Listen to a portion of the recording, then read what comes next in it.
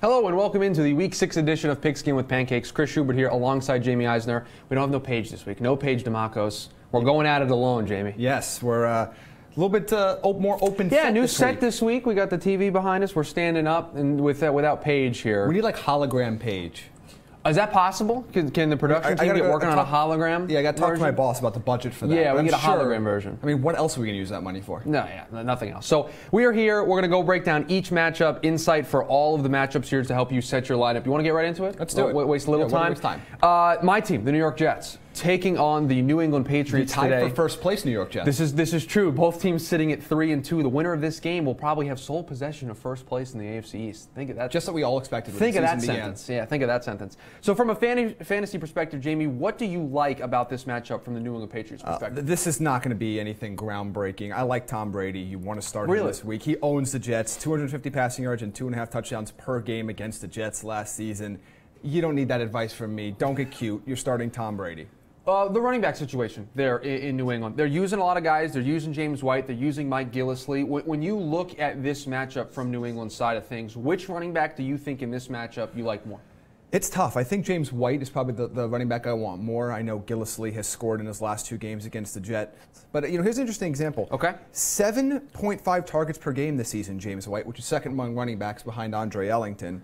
Jets allow 7.7 receiving yards per attempt to running backs. Some quick math. Scored 2 of his last 3 games. Yep. I kind of like James White this week. It's interesting to me because this is one of the tougher decisions you have to make with your fantasy lineup if you have one of these New England running backs. Is this the week where that guy comes through and scores a touchdown? I've been a big believer in staying away from these New England running backs because if you'll remember, Mike Gillislee had that such hot start to the season, kind of tampered off here a little bit, and James White's kind of getting more of the workload. The wide receiver department. They're finally starting to maybe hit their gear as a group. Tom Brady throwing the ball to Brandon Cooks and Danny Amendola against this Jets defense, which I believe is playing better than expectations here so far to start the season. So when you look at this wide receiver group for the Patriots, what do you like? You have to start Brandon Cooks, but I'm not a big fan of his right now. I'm very low on him. Has yet to catch more than 5 passes in any single game as a member of the Patriots.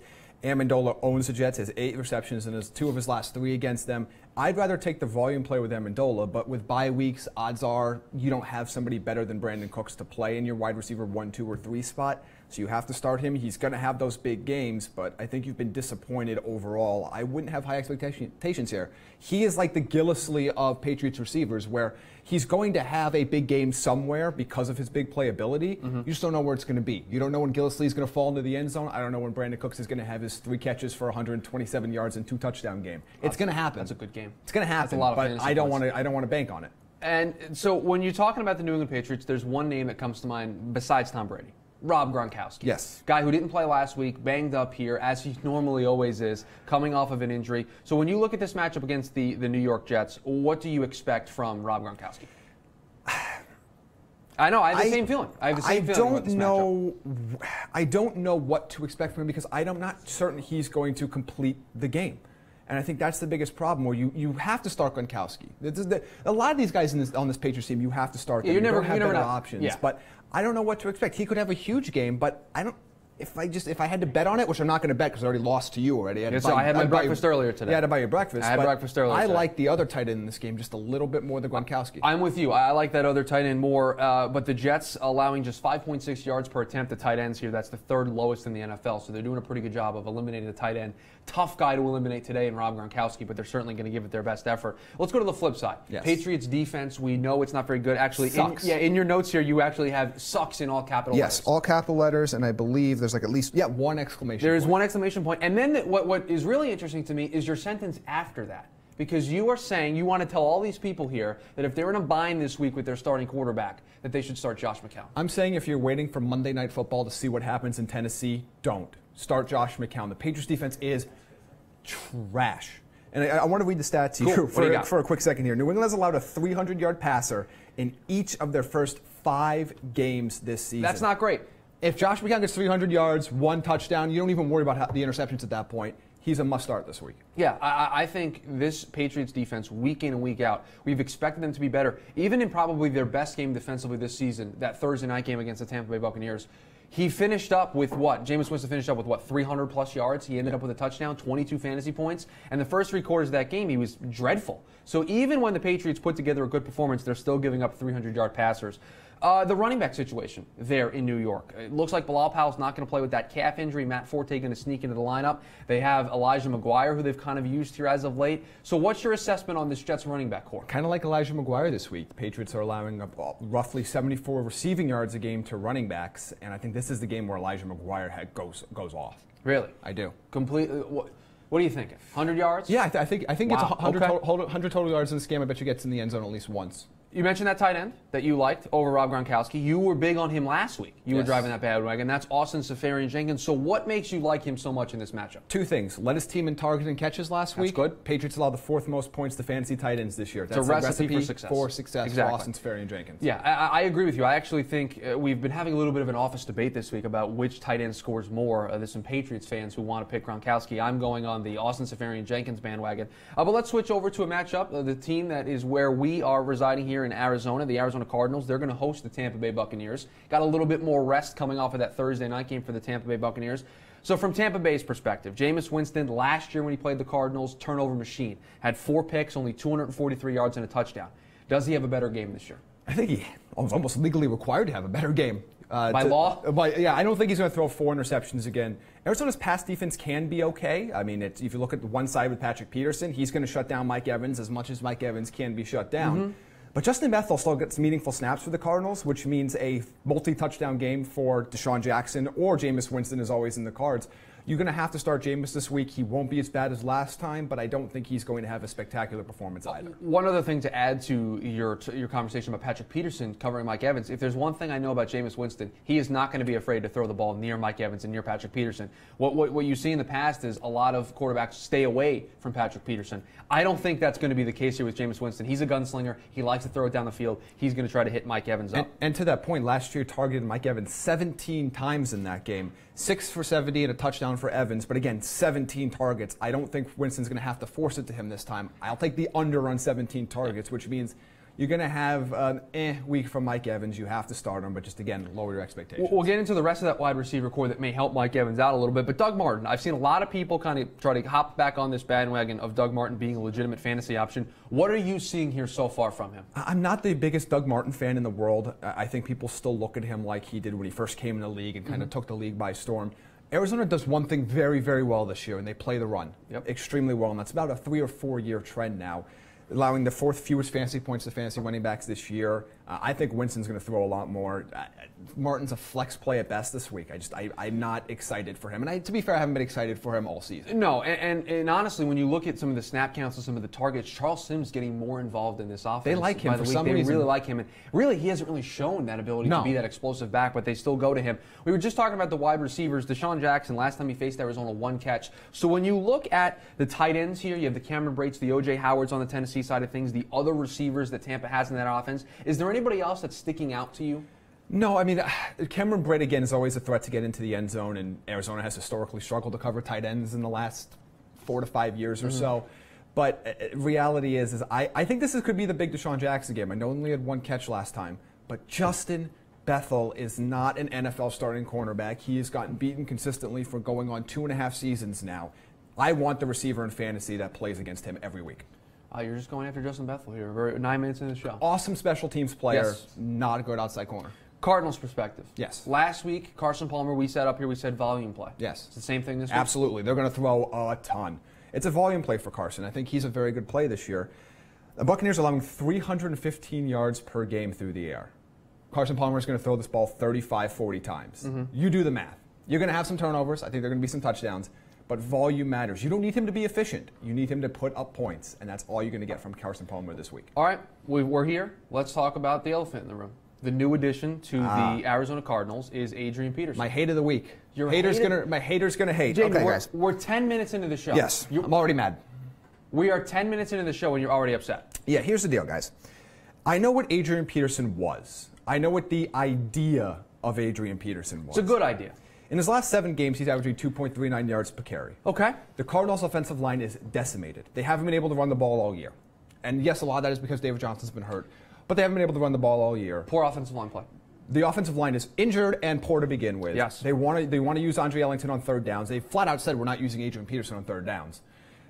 don't play him. This is not the Adrian Peterson of old. Do not fall into the trap. He is not startable in standard leagues this week. I'm with Jamie on this one. It's very rare for us to agree when you hate somebody. I'm scared and now. I don't know if you like this, but I think you look at a guy, I know he's a veteran, I know he's been in this league for a long time, but he just showed up to this team on Wednesday. Short time to kind of prepare. He could have been with them all offseason. He's washed. I'm sorry. I love watching Adrian Peterson play you football. were not a big on the Adrian Peterson. No, because he hasn't been good. What have you done for me lately? And it's non-existent what he's done for you lately. Nothing is the I think answer. he's a better play here in a couple of weeks once he gets his legs underneath him here in Arizona. But I agree with Jamie. This week I'm staying away from him. You mentioned Andre Ellington. It's the back you want. This is the guy you want. If you're picking a Cardinal backfield, this is the guy you want? Most targets among running backs, 9 catches each the last 2 weeks. They're going to use him on passing downs. They're going to use him on every third down. He is getting the ball consistently.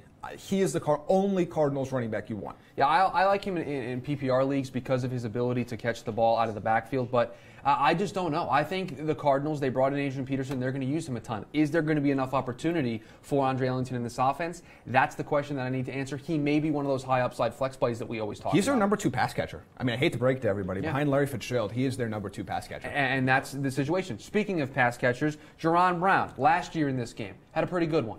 Yeah, Buccaneers are allowing about 70 yards per game to number 2 wide receivers, had 78 yards and a touchdown last year.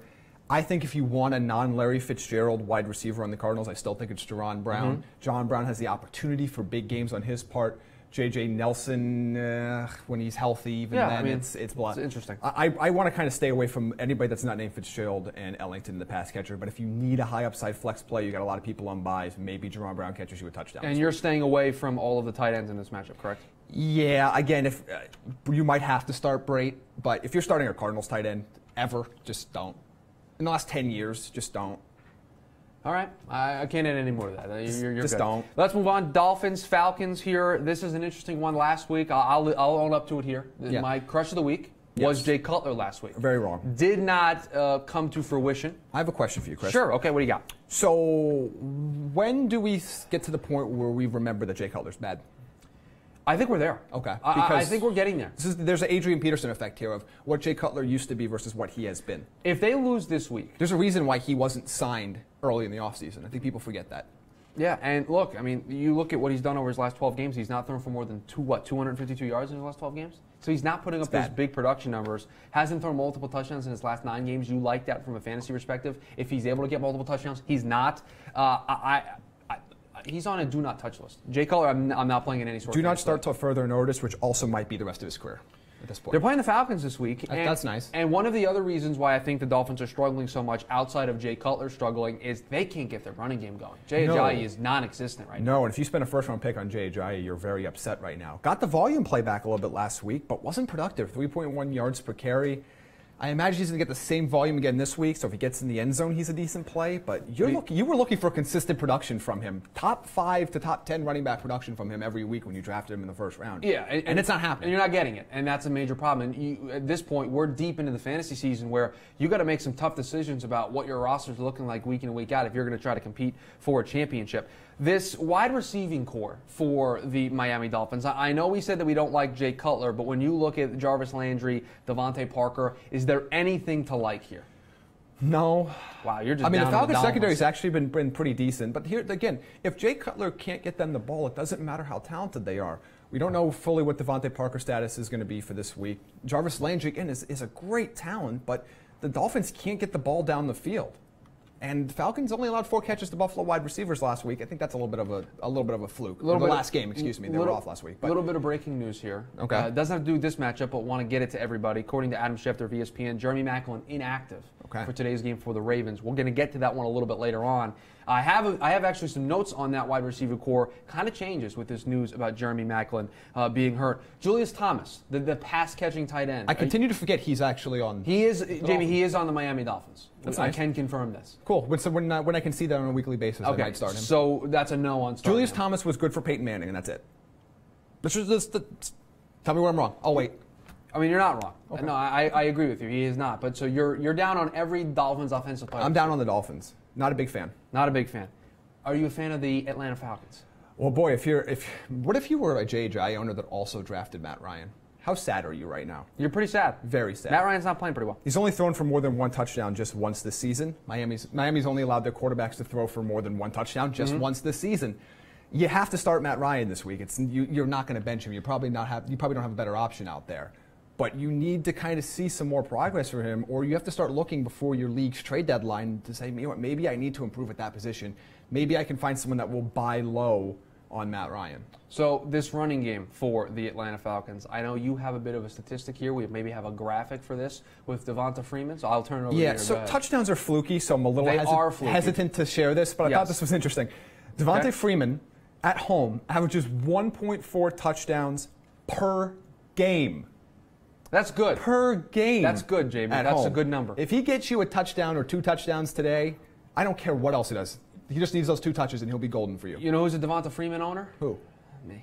I have Devonta Freeman. Why'd you point at your hand and not yourself? Well, you know. Why'd you point at your hand like normally you would point? Just, me. Okay. That's okay. Okay, you do your thing, Chris. So I have Devonta Freeman. So this statistic makes me happy. If you can get to the end zone 2 times, that would make it all worth it here in terms of fantasy. Julio Jones. That game against Buffalo, we haven't seen him since he left that game with that injury. The bye week certainly helped him. Is this where he kind of gets right? You would think so. Miami's allowing a league-high 60% success rate on targets to wide receivers. I worry about Julio Jones getting in the end zone. We've talked about this 2 weeks ago. There seems to be the end zone has a restraining order against Julio Jones. He's not allowed in. And like Des Bryant and Demaryius Thomas for some reason. Yeah, they're not allowed in. These highly skilled, tall receivers. But again, you have to start Julio Jones this week. No Mohamed Sanu, so maybe more. You worry about does the coverage roll over to him, but Julio Jones is such a good player that I don't think that matters. So, you know Sanu. Yes. Julio Jones back in. Yes. A lot of attention is going to have to get paid his direction. You know who that tells me may have a big game today? Taylor Gabriel. Taylor Gabriel. I think this is an opportunity for him. I think he's going to have a very productive game. Last year, Week 14, I want to read you the stat. Okay. With Sanu out. So same situation. Very similar scenario. 3 catches for 82 yards and a touchdown. I think he can replicate that today. So I agree with you because, look, those targets have to go somewhere, and a lot of attention is going to get paid to Julio Jones. He's one of the better receivers in all of football. Taylor Gabriel, you can throw him in the slot. He's a PPR darling. That's the phrase I'll use there because he's going to catch a lot of passes to kind of move the chains, keep the drive alive, and there's going to be an opportunity in there for him to catch a touchdown. Now, here is a guy that I want to talk about because he had a really good week 1 because they played the Bears and he caught 2 touchdowns, but since has been non-existent. Austin Hooper of the Atlanta Falcons. Yeah, I mean, I'm not a big fan. I'm not a big fan of him. Why do you like him this week? I don't. Oh, okay. I thought you were going to be. No. I don't like him because of that great week 1. Everyone kind of bought in on the hype of Austin Hooper, and since, not a whole lot of production. No, and the Dolphins allow the 5th fewest yards per attempt to tight ends this year. I don't even think he's a high upside play anymore. He had 1 really good week. And it was because anybody can have busted huge week. Busted coverage has really helped that 1 good week as well. So I don't know if you can look at this and say this is something that is replicatable on a week-to-week basis from Austin Hooper. And I think we're kind of seeing that here after that first week kind of settled for 4 straight weeks. Could not agree more. Packers-Vikings. Yes. I like this one on a whole bunch of different levels because you have the Packers with a really, really good offense, an offense that could put up historic numbers, and then the Vikings, who are still trying to figure out who their starting running back is going to be, who their starting quarterback is going to be. So let's start with my MVP pick for this season, one of the best quarterbacks on the planet, Aaron Rodgers. I'm assuming you're going to tell all these people to start Aaron Rodgers this week. I just want to make sure. Yes. Okay. Please start Aaron Rodgers this week. A little-known quarterback. A little known. He's okay. Quarterback. Out of Cal. 347 and 4 touchdowns last time they played Minnesota. Give me a reason why that won't happen again, Chris. And here's why I think this is so interesting. He had those numbers. Minnesota's got a really good defense. Yeah. Minnesota's defense is one of the best in the league, and he put up 347 for 4 touchdowns. And with no interceptions. Those are some great numbers. Running game, huge factor here. They didn't have Ty Montgomery last week. Aaron Jones was the guy who kind of took over here. Where do you see this kind of going? Who's going to emerge as the guy here? So Montgomery's going to be back this week. He was wearing a flak jacket, almost like a QB flak jacket at practice to see if he could take contact to those rib area. He was able to. He's going to play. But Aaron Jones played 51 of the Packers' 58 offensive snaps this week. I think he is still going to get the majority of the carries. I do not think he will have as good a game because Ty Montgomery will eat up some of those carries. But if you have to start a Packers running back, it's Jones. If there's one thing that, if you're a Ty Montgomery owner, that can help you is they could very easily keep Aaron Jones in a running back role, but put Montgomery out wide as a wide receiver. They could do a lot of different things. And that versatility that Montgomery has does provide you value, specifically in a PPR league, where if he catches balls and maybe doesn't necessarily run, but has a good game receiving, that's going to help. But I do think they want to limit Montgomery's touches. I don't think they want to give him 20 touches coming right off that rib injury. So that may mean he's limited here in this week, and then next week's really when you can get back to playing him on a regular basis. And if you are a Montgomery owner, you probably got got Aaron Jones out of there. You probably picked him up just in case anyway. Let's talk about the Green Bay wide receivers here, because they have been very good. Jordy Nelson, who didn't play that final drive against Dallas last week, a bit of a question mark. He says he's fine, should be good to go. What do you make of this Green Bay, receiving corps? Touchdown party for Green Bay today. Oh, okay. Touchdown party. Touchdowns for everybody. Is it pinatas? You get a touchdown, and you get a touchdown. Pinatas? Everybody touchdowns. Jordy Nelson, 3 Candy? touchdowns against the Vikings last year. Devontae Adams, 19 touchdowns in his last 25 games. Everybody's I think Rodgers throws for multiple touchdowns again today. Everybody's getting a touchdown. Do you want to put a prediction on it? You want to stake your claim to how many touchdowns? For Adams and no, Nelson, for Rodgers. 4. I'm going to say 4 again. So he goes with 4 again. 3 of them to Adams and Nelson.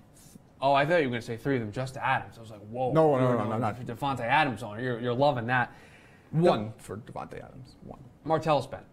We have to talk about this. This is getting to a point where it is more than just a trend. You can't trust him right now. Right? You need to see tangible production on a week-to-week basis, especially since he joined a new team this year and a new system, to say, I can start him on a weekly basis. He's not the Martellus Bennett of old. No. At least he's not being used that way. No, not at all. Well, Vikings. Case Keenum? No. No, you're off the No, Case I'm not Keenum. touching a Vikings quarterback this week. Not even Teddy Bridgewater? You're very down on Teddy Bridgewater. That's why I wanted to bring that up. It's not me being down on Teddy Bridgewater. No, you just don't think he's playing. He's hurt. He is hurt. He's not going to play this year, Chris. I think he gets into at least 2 games this year. I'm convinced that he gets in there. Okay. I kind of thought when Dalvin Cook went down with his injury that we were going to see Latavius Murray, the guy that they signed in free agency, be the guy that stepped up. That hasn't been the case. There's a guy that you like here that you think may end up being the guy, and that's Jerick McKinnon. The Vikings just can't quit Jerick McKinnon. They just can't. It's they impossible. just can't. I don't know what cannot. it is. And do you remember that the game that Dalvin Cook got hurt against the Lions? Yes. McKinnon went into the game. He fumbled the football. Yes. I thought that was the end of Jerick McKinnon in Nope. Minnesota because they were going to go to Latavius Murray. They didn't. They're back to Jerick McKinnon. They can't quit him. Yeah, and I think this is a very interesting stat I wanted to break down. This is from Graham Barfield, a fantasy guru. This is 100% credit to him for this stat. What do you got? So, a Vikings ball carrier has finished as a top 24 running back in PPR leagues in 7 of the 10 games in which that running back has seen at least 55% of his team snaps. That's a loaded So statistic. basically what that's saying is the Vikings running back that sees the majority of snaps is going to be a good one. Is going to be worth, at worst, a flex play this week. I like Jerick McKinnon as a flex play. So you're telling everyone, go out there and pick up Jerick McKinnon Yes. if he's up. He played 25 more snaps than Latavius Murray, who, by the way, I will remind you for the 2nd week in a row, was a better fantasy player than a real-life player in Oakland. No Stephon Diggs this week. No. What does that mean for the rest of this Vikings wide receiver group? It means, Thielen should have a good game. That's what you expect from him with Diggs out. Packers don't have a great secondary either. No. But again, in his last game against Green Bay, 12 for 202 and 2 touchdowns. That's what he did last season against them, and I have no reason to believe he won't do it today. There's no corner I fear from Green Bay that's going to rotate coverage over to him. He's a much start this week, and if you're a Stephon Diggs owner, obviously you're disappointed, but it was a decent matchup for him as well. He's had success against Green Bay, but you live and you learn. Kyle Rudolph. Had some success. Are you jumping back on the bandwagon? I did a little. Well, okay. I started Austin Seferian-Jenkins over him again this week. That worked out pretty well. I did it last week and doing it again this week. Did get in the end zone. Packers are allowing just 35.2 yards per game to tight ends in 2017. But I'm not optimistic. Those Stephon Diggs targets have to go somewhere. And but it may end up being Kyle Rudolph. I'm not saying I disagree with you. I'm just saying those targets got to go somewhere. Only 9 catches in 2 games last year against Green Bay. Again, I'm not extremely optimistic about it. Lions Saints, a fantasy football player's dream matchup, because this could be a track meet. Yes. This could be a track meet up and down. When I look at Matt Stafford, who I know is banged up, New Orleans, gold mine for quarterbacks. They've given up 265.3 passing yards per game, and they give up, in terms of points, not fantasy points, but game points, 21.5 points per game. Add all of that up, it is 17.6 fantasy points per game for opposing quarterbacks against this defense. I don't think Matt Stafford has a problem this week. I would be, you have to start Stafford, but I would be a little bit concerned. Can he move in the pocket? Is he going to finish this game? I think that'd be my biggest concern with Matt Stafford. Is he going to finish this game? Hobbled around a little bit. I'm not worried about his arm. The beat reporters in Detroit aren't worried about his arm or his ability to throw. But if the pocket collapses on him, can he be mobile enough? Can he take enough hits to finish this game? But odds are you don't have a better option. The Saints wide receiving corps, about to get an addition back with Willie Snead, who came off of his suspension, didn't play in his first game where he was eligible, now is going to probably play this week. I think this spells trouble for Ted Ginn. Absolute trouble. It does. I'm also in wait-and-see mode on Willie Snead. Agree, but look, I mean, Ted Ginn had the second most targets on this New Orleans receiving corps with 16 total targets. Michael Thomas leads with 37. That's the disparity between your number 1 and your number 2 wide receiver there in New Orleans. You have Willie Snead, who could return this week. Then a lot of those secondary targets are going to Alvin Kamara and Mark Ingram out of the backfield. I think we're going to slowly see Ted Ginn kind of phased out of this offense. So if you had Ted Ginn, I think you got all the production you're going to get out of him. I think he's on the other side, and you need to cut the bait. Yeah, this might be the last week you feel comfortable starting him. Always going to be a big play threat. He's the quintessential 2 catches for 90 yards and a touchdown guy. He and Mike Wallace, I guess, would be the quintessential 2 for 90 and a touchdown guys. But this might be the last week you feel comfortable starting him in a flex spot. Michael Thomas, he's going to get matched up against Darius Slay this week. But Slay did not have a great game. 2 touchdowns last week to Kelvin Benjamin and Devin Funchess. So he got burned by them in that game. Could be a good sign if you're a Michael Thomas owner. This running game for New Orleans, I'm intrigued by this because, look, we have seen what Alvin Kamara has been able to do to catch passes out of the backfield, but this is still Mark Ingram's offense. Yeah, see, Kamara is still going to be a good pass-catching option for them. Here's the interesting thing with them shipping Adrian Peterson out. I feel like people think that New Orleans is going to use their backfield differently. No, they're not. It's going to be exactly the same, and they're going to have to split the extra 6 touches a game that Adrian Peterson was getting. Kamara is the back guy we would still want from in a PPR league. I think he's going to have a lot of production. But Mark Ingram is a damn good running back that I think always gets overlooked. Mark Ingram, 34 snaps a game this season compared to Kamara's 23. So even though Kamara's your PPR dream, you have Mark Ingram who's still getting 34 snaps a game. That's enough for him to be productive. I'm comfortable starting either of those guys this week. Colby Fleener, I think, is the only tight end play you can make here on this New Orleans Saints team, and I'm not excited about it. He's getting a few targets, but not a lot. There's probably better options out there. I mean, look, he's gotten the ball thrown his way at least 4 times in 3 of the 4 games this season, 15 total targets. I mean, that's close to tying Ted Ginn on this team for total targets. So, I mean, he's getting touches, but I don't know if there's going to be enough there with Kamara catching the ball out of the backfield, Ingram and his ability to catch the ball out of the backfield for Colby Fleener to have a massive game. There's a tight end here that we're going to talk about in a little bit that I love, and if I had Colby Fleener, I would go with this other guy instead. Cam Newton last week had a pretty good game against this Lions defense. Very good game against this Lions defense. But they've only allowed 13.8 points per game, fantasy points per game, to quarterbacks, even with that bad performance in there. This could be a bad matchup for Drew Brees. It could. But if you own Drew Brees and you're not starting him in the Superdome, you're a bad fantasy owner. Why'd you even bother? Yeah. Yes, Detroit's pass defense is a lot better than people give it credit for, and that we said this a couple weeks in a row now. Like, don't sleep on the Lions' defense, but you have to start Drew Brees in this game. He's clearly a top 5 option. So you want to get some Periscope questions in here? Absolutely. Take a little bit of a break here. AP or Ty Montgomery this week? I think Montgomery's got more upside. I guess Ty Montgomery. Yeah, I don't like it, but I don't like either option, to be Montgomery. perfectly honest with you. Delaney Walker or Jordan Reed? Poor Jordan Reed owners. Jordan Reed, but I don't feel great about it. I don't like anything that's going on in Tennessee right now. I'm going with Delaney Walker. And then I don't feel great about that. And then we got one more: Kirk Cousins or Alex Smith. Interesting. I'm going to go with Alex Smith. Wow.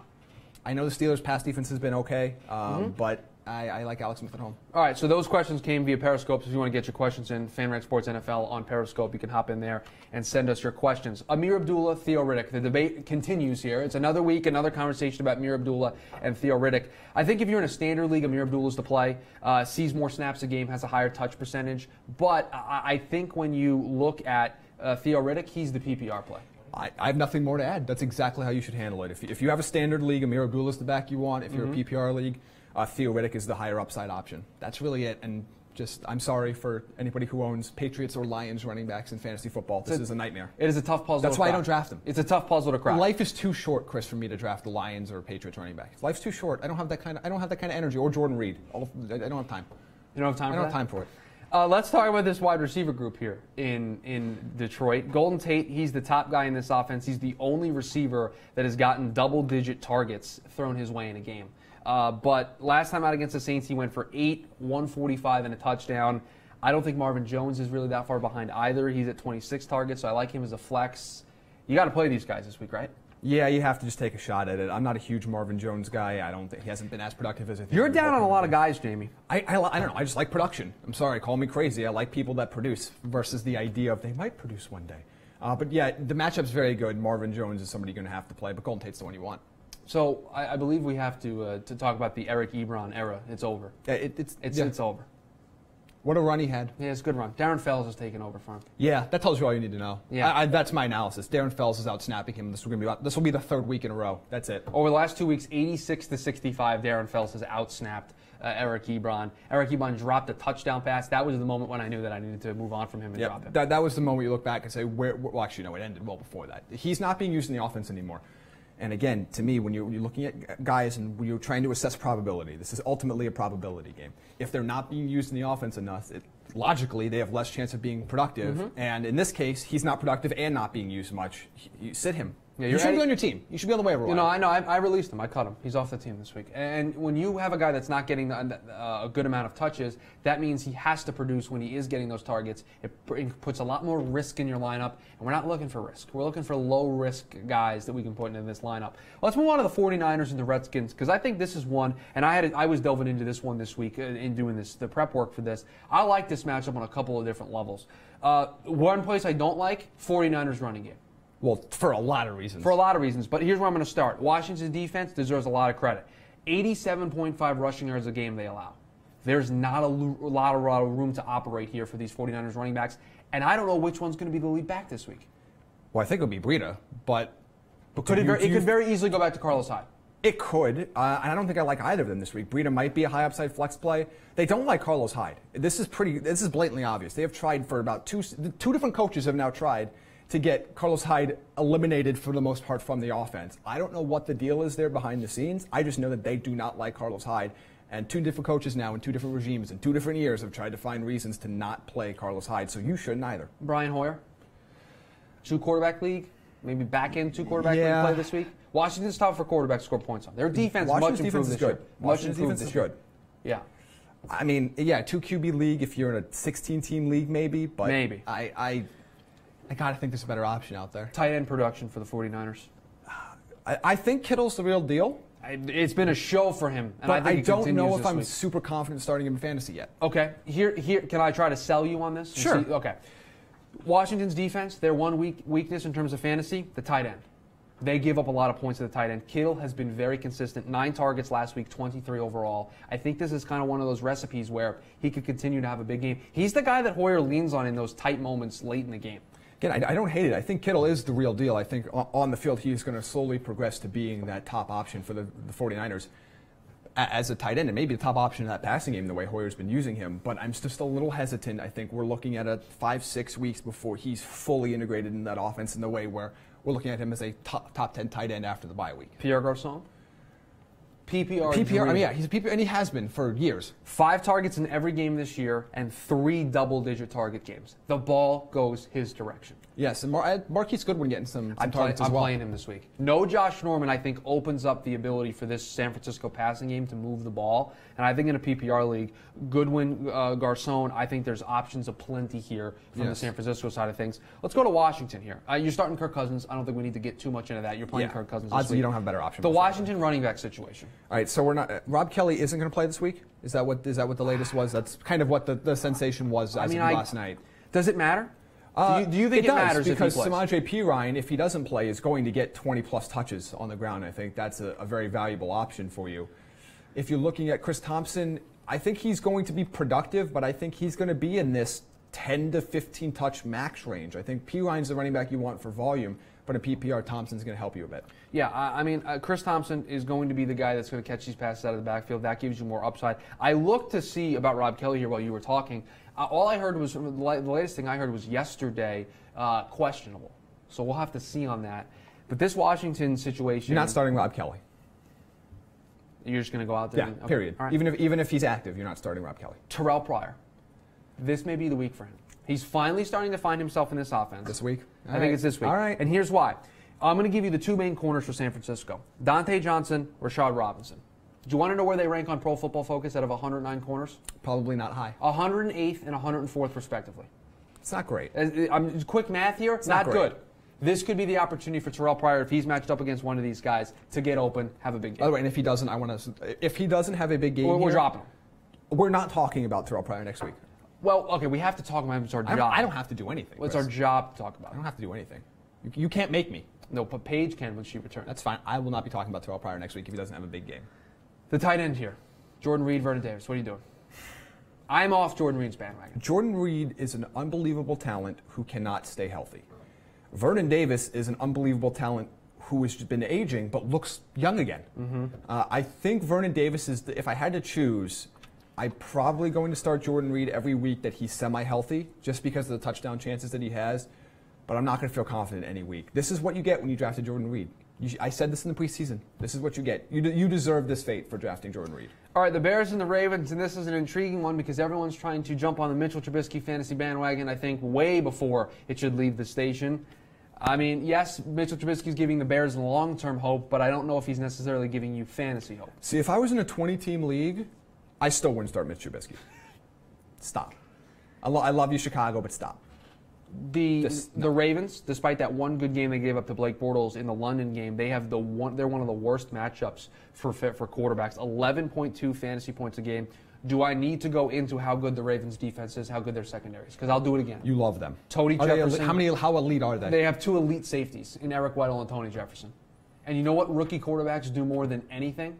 They can't identify safeties when throwing the ball down the field. I don't think there are enough weapons in that offense. Yes, but I think Mitchell Trubisky could turn the ball over a ton. That's what I'm saying. And you know what? It's fine. Everybody don't freak out. It's his second start. But from a fantasy perspective, stay away. Don't start him. Stay away. Play the Ravens defense, but stay away. All right? I'm seeing a lot of people jump off the Tariq Cohen bandwagon. Yes. I'm not having it. Okay, I'm not having it. He's an explosive player, but I think people have to understand the way the Bears have to use him in real life. He is getting touches on special teams, which, again, if they return for a touchdown, you love in fantasy. But those touches still matter. Those touches just don't miraculously just disappear because he's not on offense for him. He's still being used a lot. And honestly, he's maybe even more valuable to the Bears on special teams right now as he is on offense because they also have Jordan Howard. So he's a guy that you're going to kind of keep an eye on. You put him in your flex, particularly during the bye weeks, and then see where you are when everybody's healthy and when everybody's off their bye week. I wouldn't drop him by any means, but this is what he's going to be. He was overproductive early in the season. This is much more along the lines of how he will be used going forward. Here's why I don't want to jump on the Tariq Cohen bandwagon. This is a new offense now, new quarterback. They're changing the play. Did you watch the Monday night game? I did. Looked very different than what we had seen from the Bears for the first couple weeks of the season. Yeah, I'm sure Glennon was real happy about that. Yeah, he probably was real happy about that. But that just shows you what Trubisky's able to do. We saw 4 quarters of what a Mitchell Trubisky-led Bears offense could be. We don't know what Tariq Cohen's role in that is yet. So I'm afraid to jump off the bandwagon when you've made this quarterback change in the middle of the season and you don't know what the offense is going to be like. Now let's talk about this wide receiver group. Negative talent on the wide receiver group for the Bears. Negative. Name me a good wide receiver. I can't. Kendall Wright's good in my Madden creative player. My Jets team signed him. Kendall Wright was decent like 3.5 years ago. He catches passes in my Madden game. He doesn't do anything for me here. Got nothing. He's probably the main guy. Marcus Wheaton may emerge as a secondary target, but I'm not ready to put any stock in these guys right now. More evidence in the do not start Trubisky bucket. What was this? I am taking. I know, but there's no bucket and here. putting Do you bucket. want a bucket? I'll go get you a bucket. You can't because we're live. No, I could walk off. You could just take over the show for a little bit. I'll go get you a cup or a bucket or something. We'll be fine. No, we're good. All right. Move it along. You want to talk about the Ravens here for a second? No, but you do. I do, because this Jeremy Maclin news, he's not Yes. going to be playing in this game today.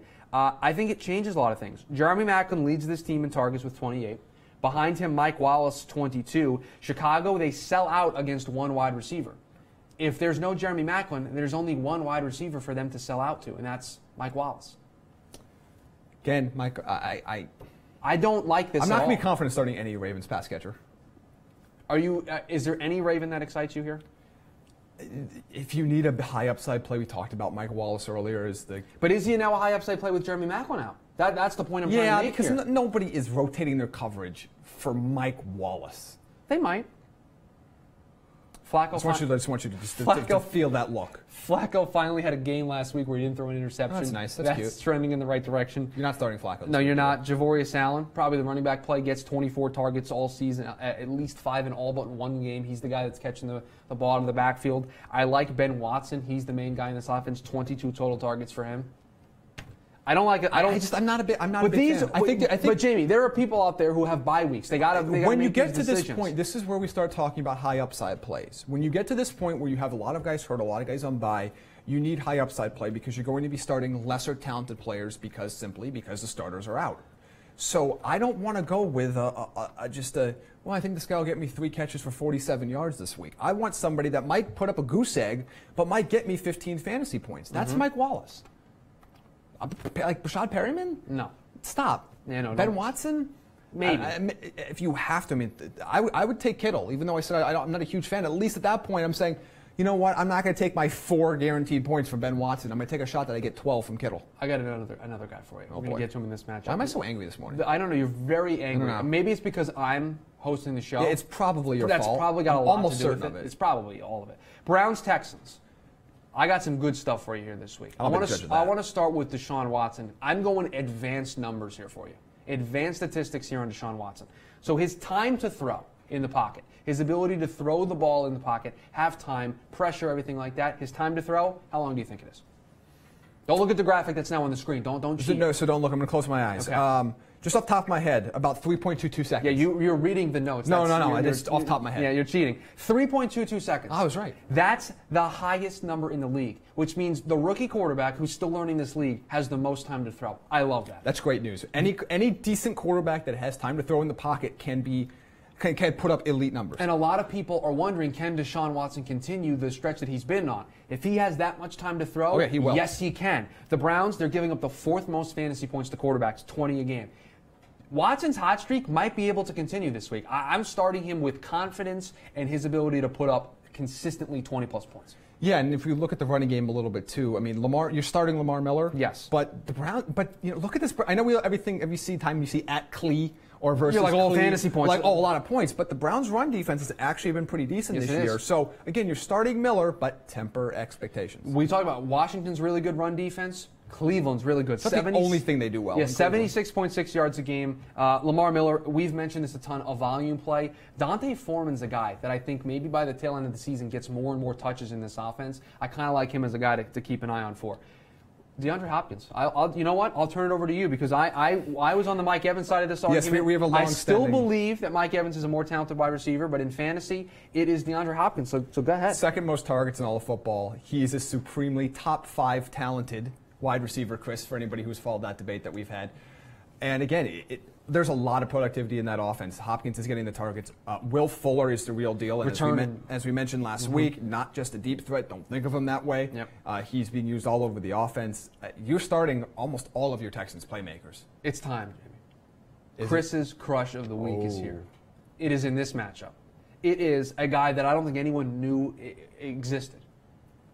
Houston Texans tight end Ryan Griffin. That's who we're going with this week. That is Chris's crush of the week. I have to bounce back after a very bad week last week where I picked Jay Cutler as my crush of the week. So I'm going Ryan Griffin. Cleveland giving up the 2nd most fantasy points to tight ends at 12.6. I think you have a rookie quarterback who, if he has time to throw, is going to be looking for somebody. Ryan Griffin is the guy. I'm telling everybody to pick this guy up. I'm playing him in a couple of leagues. It's going to be quite the performance, I think, by him this week, and I think he has a really good game.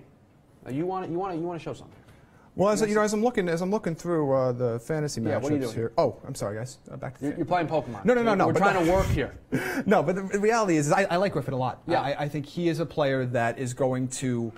Really, if you're looking at the tight end position, you're looking for a volume play and you're looking for upside. And I think you're looking at what he can bring to your team, especially during the bye weeks. It's a tough position to have success with. I agree with you completely. Yeah, I just think you need to look outside the box. This is what I do with the crush of the week. I look outside of the box. This is a guy that really kind of stuck out to me. I got to bring up the other graphic here, the Pigskin with Pancakes. Got to get the branding, man. We got to get the word out there. Yeah, get back to your Pokemon game over there.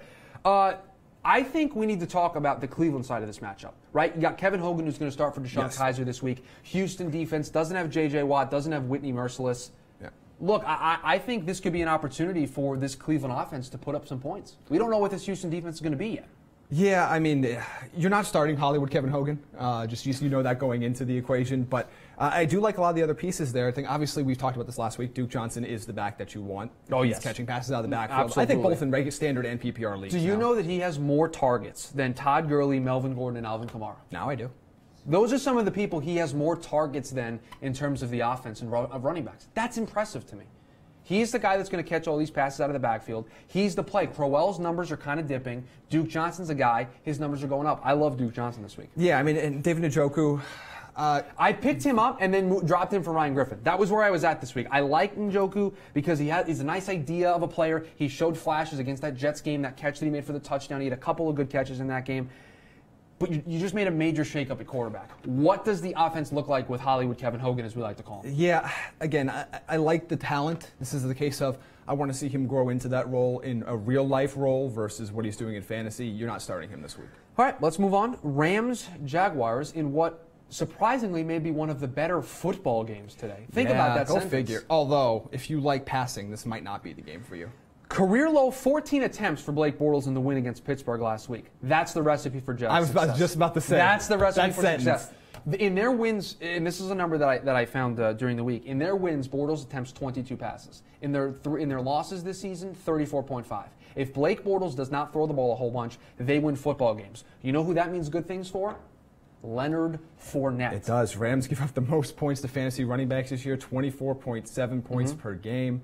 I love both running backs in this game. This is a game where you start both running backs with a big smile on your face with that cup of coffee that you have right now. I think you're a little bit worried if you're starting either quarterback, though. So with Leonard Fournette, I have another advanced number for you. I gave you that time to throw for Deshaun Watson. I got more here for you in Leonard Fournette. Do you know what the average amount of time he spends behind the line of scrimmage? Don't look at the. Look. I'm just is it? Yeah, let me get. Go ahead. 3.22 seconds. It's not 3.22 seconds. It's actually 2.47 seconds. That is only behind Javorius Allen. Javorius Allen is the only running back who spends more time behind the line of scrimmage. You know what that means? When Leonard Fournette gets the ball, he runs north. He runs straight down. He's past the line of scrimmage, which means positive yards plays. You love that if you're a fantasy owner. Absolutely. Not getting trapped in the backfield, losing for 3 yards. Nope. He gets the ball, he's quick to the line of scrimmage, and he's into the second level. Talent and volume. If you have both of those things, you are a first-round caliber fantasy football. So if Blake Bortles does throw the football, he's probably going to throw it to Allen Hurns. Probably, right? Yep. Marquise, maybe Lee. Are you starting Bortles? Are you starting Lee or No. Hurns? I'm not. No. Lee leads the team with 30 targets. Hurns not far behind with 27, but I don't love either of these guys. No, I haven't liked the Jacksonville wide receiver since Justin Blackman. Wow, that's old school. It's like 5 years ago. I know. Mercedes Lewis? Wasted talent. We're done with him too? I never started. Okay, he had a good week there in that London That's game. nice. All right. He's been in the league 100 years, hasn't been a productive fantasy football player. I didn't expect him to start now. The Jacksonville Jaguars are giving up the least amount of points to fantasy quarterbacks. 5.5. It's going to be a rough game for Jared Goff. Yeah, it's not. And to get your credit, you were extremely high on the Jags defense. I was high in their secondary. I wasn't quite sure about if all the rest of it would come together. It has. I don't know how many people out there have better options than Goff right now. Maybe if you're picking between Goff and Alex Smith, maybe that's an option that you have, or Goff and Kirk Cousins. Maybe if you picked up, assuming most people didn't draft Goff, but not a great week for him. I think there's trouble here on this Jacksonville defense, though. The one area they don't do well right now, the run game. 22.2 fantasy points a game to running backs. That is a good thing for Todd Gurley. Spells trouble for Sammy Watkins and Robert Woods. Why? Going to see a lot of my boy Jalen Ramsey and going to see a lot of A.J. Boye. A lot of them. Are we certain Sammy Watkins got traded to the Rams?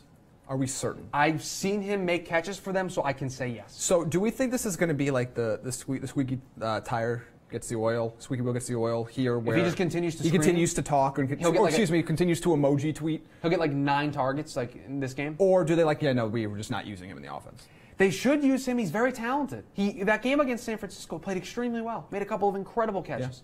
Yeah. He's unbelievably talented. And after that game, they just stopped using him. I do get worried because this is 2 separate teams that have done this with Sammy Watkins. Could open up chances for Cooper Kupp with all the corners and Boye and Ramsey. Love Cooper Kupp. Well, because in this matchup in particular, Watkins and Woods, you still have to put your number 2 or number 1 corner on Watkins. You can't just leave him over there.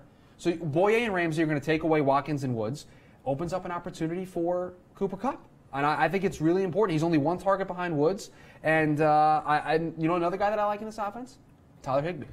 Getting some targets finally. 14 targets over the last 2 games after only getting 7 in the first 3 games. Could be somebody, as I always mention, a guy to take a look at, keep an eye on. You're not playing this week. Tyler Higbee is that guy from the Rams and Jaguars. Let's move on. The Raiders and Chargers, this game's still going to be played in Oakland? For reasons I don't fully understand. As of this moment. I understand the reasons, but I don't agree with. Could it be played in San Diego? That would have been something. What do you make of... It'd be nice for the Chargers to get a home game this year. Derek Carr returning for the Raiders? I'm very nervous. You're very nervous I'm very nervous about Derek Carr. Okay, why? There's like a 50-50 shot he doesn't make it through the game. Okay. 2, the air quality is so bad, I do wonder if they get late in the game how run down all these players will be on both sides of the ball. Those are 2 variables that, again, I don't like the unknown. Just like NFL coaches, they don't like the unknown. I'd be very nervous here. There are a lot of red flags in this game, and I think whoever you started last week, assuming they're not on a bye for Derek Carr, I think you start again this week. Chargers have allowed just one quarterback to score more than 15 fantasy points this year, and you know who it was? Trevor Siemian. As we all expected. Because of course it was Trevor Siemian. So I think Carr is going to be a tough, because of all the things you mentioned, air quality, his production coming off of an injury, because of the Chargers' defense been so good. Very risky Derek Carr play. I have a decision to make between Carr and Deshaun Watson. I think it's easy. I'm playing Deshaun Watson this week. I mean, I think you got to take a week to Derek Carr, see what he does in his return, and then decide from there. I think you might be starting Deshaun Watson over Derek Carr the rest of the year. That would work. Perfectly honest with you. My last pick in the draft, I picked up Deshaun Watson, so it worked out pretty well. The running game, Marshawn Lynch. Okay, so again, here's another player that needs to show me something. Yeah, There's a little bit of AP to this as well. People forgot how run down he looked 2 years ago at the end in Seattle there, and I think that year off made people kind of forget the way that ended. He could get into the end zone here. That's you basically. He's basically Gillisley without the upside. You're hoping that he just gets in the end zone once. But I'm not a Marshawn Lynch fan almost any week right now. I don't think he's startable. If you're desperate, you need him in your flex play and just hoping for a touchdown, sure. But if you expect him to be anywhere close to the back that you thought he was coming in the year or what he was in Seattle, it's clearly not happening. Michael Crabtree and Amari Cooper. Well, Amari Cooper's not playable. Wow, he's not playable. He's not. Until he actually goes out there and has a productive game, he is not playable. What about Michael Crabtree with Derek Carr banged up? You're probably starting Crabtree this week. You don't feel as high on him as you normally would. If Carr was healthy and if they were playing in conditions where you could see the football, that would be great. But you're starting Crabtree over Cooper, but I think Crabtree is a flex play, or if you play in a league with 3 wide receivers, a wide receiver 3 this week. Jared Cook? Okay. Everybody seems higher on Cook than I do. You just shrug your shoulders. I just want people to be productive. That's all I want. That's all I ask for, Chris. I think productivity before positivity. That's my motto. Put that on a T-shirt. We'll get that on 1999 fanragshop.com. That's the new site I just made up. We don't have. Okay, that's not an actual thing. No, but if you want to give me money, I'll find a way to make it. Can you come in? Can you come in here next week with a productivity over positivity T-shirt? I don't know. You buying? I'm not buying you this then T-shirt. No. Okay. The Chargers side of things. Melvin Gordon. Yeah, welcome back. Could have a big game this week. I think this is your. I think you need to talk about Melvin Gordon a little bit. I like Melvin Gordon. This is your redemption. The Raiders have allowed at least one running back in each of the last 4 games to finish as a top 2 option in PPR formats. Do I need to say more? I don't need to say any more than that. No. Melvin Gordon's going to have a huge game. I was down on Melvin Gordon. I said, hit the panic button last week. That's what I did. I slammed the panic button. How did he respond? He must have heard me because he went out there and he scored 2 touchdowns. He said, well, Chris Schubert said on Pigskin and Pancakes that I might be droppable soon. So I got to go out and prove myself. And he did. Chargers picked up the first one. You do set the agenda for the NFL, Chris. I've always known that. Yeah, so Melvin Gordon kind of had a big rebound here this past week and put himself in a good spot here. And he's going up against the Raiders team that has allowed running backs to thrive. So I think this is another good option for him. I also like Tyrell Williams today. Do you? As we go, I know Keenan Allen gets a buku amount of targets. That's a good word. Per game. But the Raiders give up big plays. Tyrell Williams last year, 117 yards and a touchdown in their first meeting. He's a big play receiver at this point, and I think he's not a sexy name. Nobody's going to go, oh wow, I can't believe I'm facing Tyrell Williams this week. I'm really worried.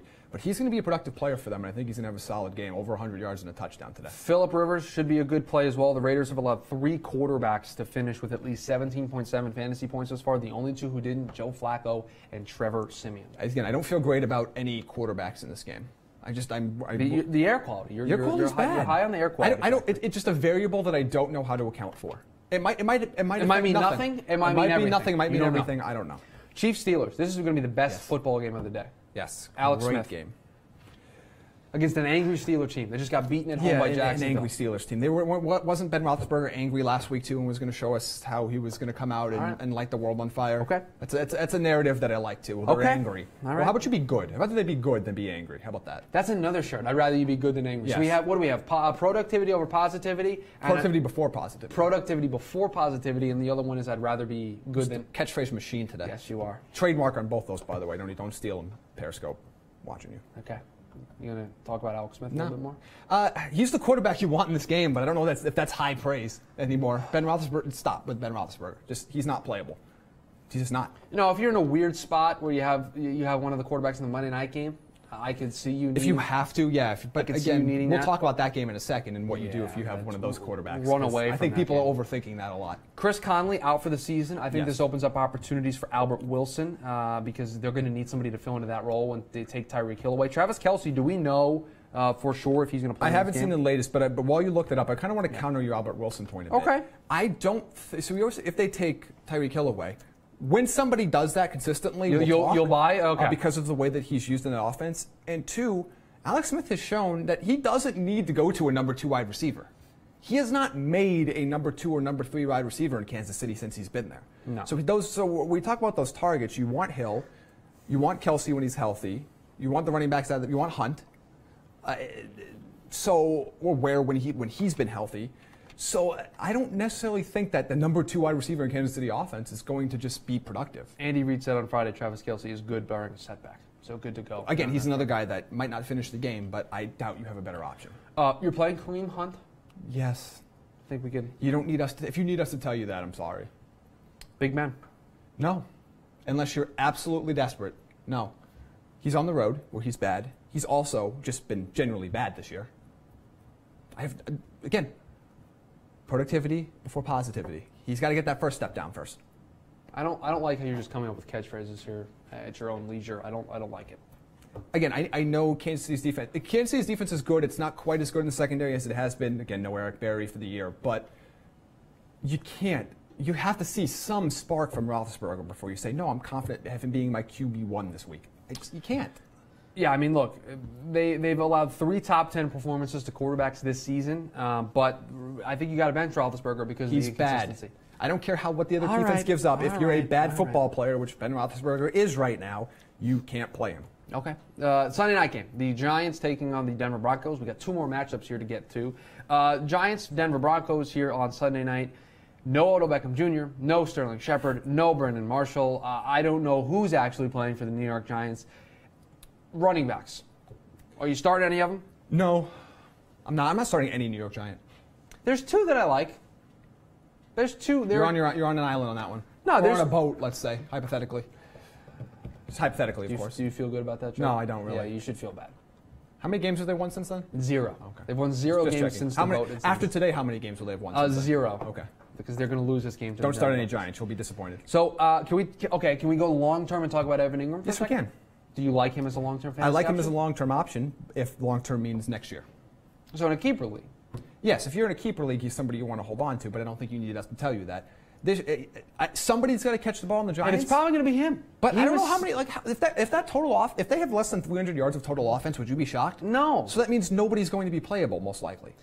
He's already seen 34 targets. That's 4th among tight ends. That's already a huge number. And now the 3 wide receivers that could actually catch passes for the Giants are out. I agree with you. It's going to be a struggle for them to be able to put up points and be able to put up yardage. But they're going to have to do something offensively, and I think it's going to be Evan Ingram. They might not. That's the thing. Eli Manning could throw for 179 yards and 3 picks today, and you and I would look at each other and say, we could see that happen. Roger Lewis, I picked him up in a fantasy league this week. Again, if you're in a super deep league. Yeah, I'm in a super deep league. I mean, if you're 16, 18 team league or you play 5 wide receivers for some odd reason, yes. But again, in standard leagues, for most of the people that are watching this show, Ingram is the only one you'd even consider. Talk about Denver for a second. Trevor Siemian. I like Trevor Siemian. You're buying him as a fantasy option here? I'm buying him as if you don't have anybody better or if you're waiting to see what happens with the Tennessee Titans quarterback situation on Monday. I think he's a serviceable. We've talked about this. His upside isn't very high, but his floor is pretty decent. He's going to be in that solid 10, 11, 12 point range. He isn't going to blow anybody away. But if you just need someone to be super safe, you just need, I just need a few points. Maybe I'm the favorite in this matchup where I had big games. I just need someone to be safe. He's the guy you start. Sanders, Thomas. I mean, Thomas isn't getting in the end zone. No, we talked about him earlier. Restraining order. The end zone has him. So that means Emmanuel Sanders. Well, Sanders is getting red zone targets. So is Benny Fowler for some odd reason, who pops up once a year to catch a touchdown and make everybody in fantasy upset and disappointed. But the only really, again, if you're not starting Siemian for whatever, if you already have the QB situation set, I mean, C.J. Anderson is the Denver player you want. Yeah, I mean, look, the Giants, they've allowed opponents at least 99 rushing yards in every contest this season, 171 to the Eagles last week, so they've been very good here. So you're obviously playing C.J. Anderson. And they'll be up the entire game. So they'll have to run the ball. So, well, they'll want to run the ball to burn the clock out. You play the Denver defense as well, right? Yes, very much playing the Denver defense. Because they're going to get a lot of 4.47 yards per carry the Giants are allowing this year. So start Anderson with confidence. Last matchup here of the show, the Monday Night Football game between the Colts and the Titans.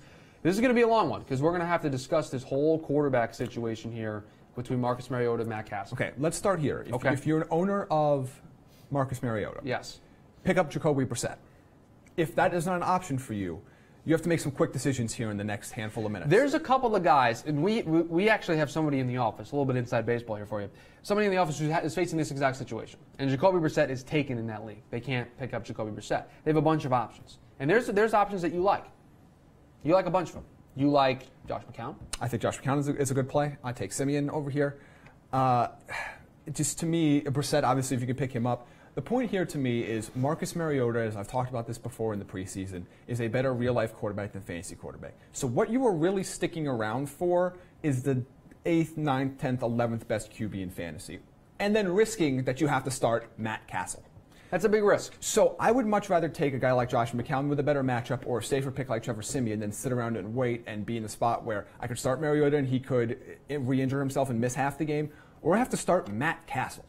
You are not going to win your fantasy matchup this week, most likely, unless you're one of those fantasy owners that has like Gurley and Kareem Hunt, if you start Matt Castle this week. You have to be proactive here, and you can't be reactive with a Monday Night Football game. Also, again, you're not waiting around to see if Aaron Rodgers is going to play or Tom Brady is going to play. It's Marcus Mariota.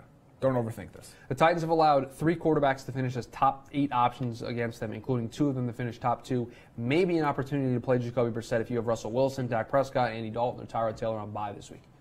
So it goes back to your point of Jacoby's the easy answer because, again, it's just you'll know Monday night, and it gives you opens up all possibilities. But also, if you are playing against an owner that has Marcus Mariota and maybe Matt Castle and they don't have another quarterback, if you have a free spot, which you might not with injuries and buys, pick up Jacoby Brissett. Put some pressure I'm all for hurting your fantasy opponent as much as you help yourself. That's called winning. All for it. That's called winning. That's how you win leagues. Continuing from the Tennessee side of things, whether or not Marcus Mariota or Matt Castle plays this game, what do you think this does for the running game here for Tennessee with DeMarco Murray and Derrick Henry? I mean, I don't. Again, if Mariota doesn't play, it hurts that entire offense because nobody's going to be like, wow, we have to make sure we stop Matt Castle today. Mm-hmm. So again, I don't love the option whether it's Murray or Henry. I don't think Henry's startable this week. I don't think he's startable this week if Matt Castle plays. DeMarco Murray is a flex play no matter what RB2 if Mariota plays. You're not going to get a lot of time to make that decision. You're not going to be able to sit around and wait to see which quarterback is before you have your running back. No. But if you're a Derrick Henry only owner, I might look elsewhere in the flex spot. If you own both, you start DeMarco Murray. Yeah, I own both in one of my leagues, and I played Mark Ingram over Derrick Henry this week. Which I would do as well. Because I just don't trust this Tennessee offense. Now, no Marcus Mariota. If they have to play Matt Castle, what does this do to the wide receiving core for Tennessee? Well, they're not. Nobody is startable in the wide receiving core in Tennessee if Matt Castle plays. The same advice as last week. So no Delaney Walker. You're not playing Rashard Matthews, Eric Decker, none of them. Matthews is fine. Well, not playing Decker, period. I don't care who's quarterbacking there. If Mariota plays, Rashard Matthews is a flex play, low-end flex play. Otherwise, and Delaney Walker's obviously a must-start with Mariota in the lineup, but I don't think without him anybody's playable. All right, Indianapolis side of things, the running game here. Frank Gore maybe potentially being phased out for a new youngster. Maybe. I mean, Frank Gore's done. D-O-N-E done? We've been waiting, and I was skeptical when the season began. I said, hey, look, everybody's been saying Frank Gore's been done for 3-4 years now. He's still been very productive. Mm-hmm. He's not very productive anymore. Marlon Mack is a more explosive player.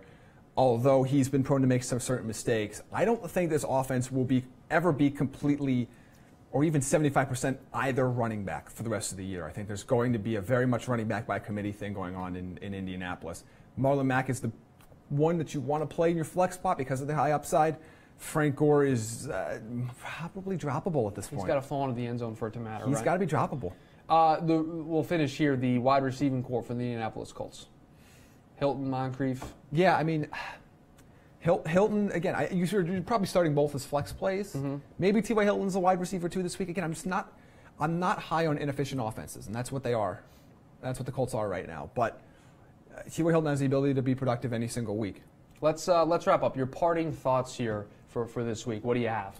Well, my parting thought is apparently I hate a lot of things. Yeah, you're very negative here today. I don't know what it is about the setup and everything. Maybe it's the new set. Maybe it's that there's no page. Probably because I had to buy you breakfast today. You did because you lost the bet, but that's not my fault. That's your fault. You bet me. No, that's Tyrod Taylor's fault. You want to blame Tyrod Taylor? Blame Tyrod No, I will Taylor. blame But you're Tyrod being Taylor. very negative on the show. You're down on a lot of players. I am don't because like I think there are so few high-end players in fantasy through the first few weeks of the season that I think we try to compensate for that by talking up slightly above average players into being great players or average players into being above average players. And I think that's a mistake. I think you need to keep them all in the context in which they are playing and not say, well, just because we don't have this many elite talents this year, we just need to push everybody up. I think you need to be aware of where they actually stand for you on a week-to-week basis. So you're down on Adrian Peterson. Well, he can't play anymore. You're negative, and I don't like it. I want the positivity. Remember, I'm sorry I'm negative about the guy that's averaging a quarter just in of a general. yard a carry. It has nothing to do with Adrian Peterson. It's just in general. I just want you to be more positive on the show. I'm positive that Adrian Peterson will have a bad game today. All right, on that note, I have no more parting thoughts. So, everybody, thank you for watching, and good luck in Week 6.